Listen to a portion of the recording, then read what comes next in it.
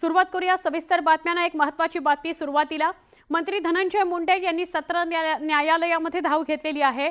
करुणा मुंडे प्रकरणी वांद्रे दंडाधिकारी कोर्टाने दिलेल्या अंतरिम आदेशाला धनंजय मुंडे यांनी आव्हान दिलेलं आहे।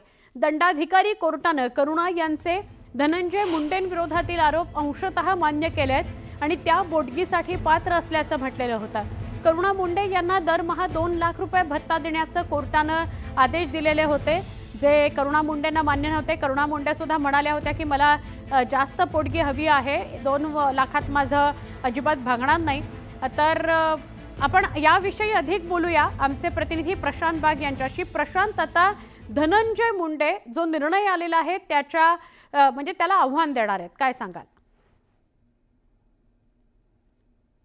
या दोघांमधली लढाई आता सत्र न्यायालयात थेट पोहोचली, कारण त्याचं सगळ्यात महत्त्वाचं कारण म्हणजे धनंजय मुंडे यांनी वांद्रे दंडाधिकारी कोर्टाच्या आदेशाला चॅलेंज केलेलं आहे।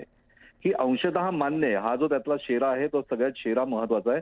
आता 21 मार्च पर्यंत ही सुनावणी सत्र न्यायालयानं स्थगित केली आहे। 21 मार्च पर्यंत करुणा मुंडे यांना रिप्लाय यावर सादर करायला सांगितलंय, पण आता ही न्यायालयीन लढाई सुरू झाली आहे। लग्न खरं की खोटं? धनंजय मुंडे यांचा दावा जो वांद्रे दंडाधिकारी कोर्टानं अंशतः मान्य केलाय, हा अंशतः मान्य करणं कायद्याच्या कसोटीवर कितपत योग्य आहे आणि या सगळ्या विषयांना आक्षेप घेतलाय धनंजय मुंडे यांनी। कारण दोघांमधलं नातं जे आहे ते काही प्रमाणात धनंजय मुंडे यांनी स्वतः मान्य केलं होतं, म्हणजे मी त्या मुलांचा बायोलॉजिकल फादर आहे हे त्यांनी मान्य केलं होतं। पण त्याचा अर्थ असा होत नाही की दोघांचं नातं जे खरोखर कायद्याच्या कसोटीवर करुणा शर्मा मुंडे जो दावा करतायत तसंच आहे।